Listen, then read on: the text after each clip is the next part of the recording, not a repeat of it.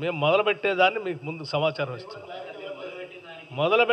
మేము సన్న ధాన్యాన్ని కొనుగోలు చేసేదానికి 500 రూపాయల బోనస్ని స్టార్ట్ చేస్తున్నామని చెప్తున్నాం.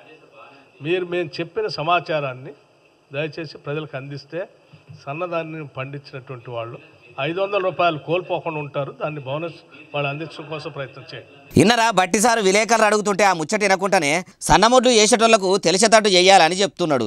అయ్యా బట్టిసారు, మీడియా అంటే మంత్రులు చెప్పే మాటలిని అవి తీసుకుపోయి ప్రజలకు చెప్పుడే కాదు, ప్రజల తరపున ప్రజల కోసం ప్రభుత్వంతోనే కొట్లాడేది కూడా. మీరు కూడా ప్రజలు చెప్తున్నది వినాలే కదా అంటే మీరు సన్నబియ్యం రైతులకే బోనస్ వస్తుందని అంటుర్రు.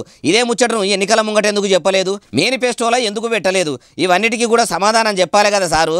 మీడియా ప్రభుత్వానికి ప్రజలకు నడమ చెరువు కట్టాసోడిది. జర్నలిస్టులు రాస్తేనే కదా సారు మీ భాగోతమైన బాగుముచ్చటైనా తెలిసేది అంటూరు ఈ ముచ్చటిన్నోళ్ళు.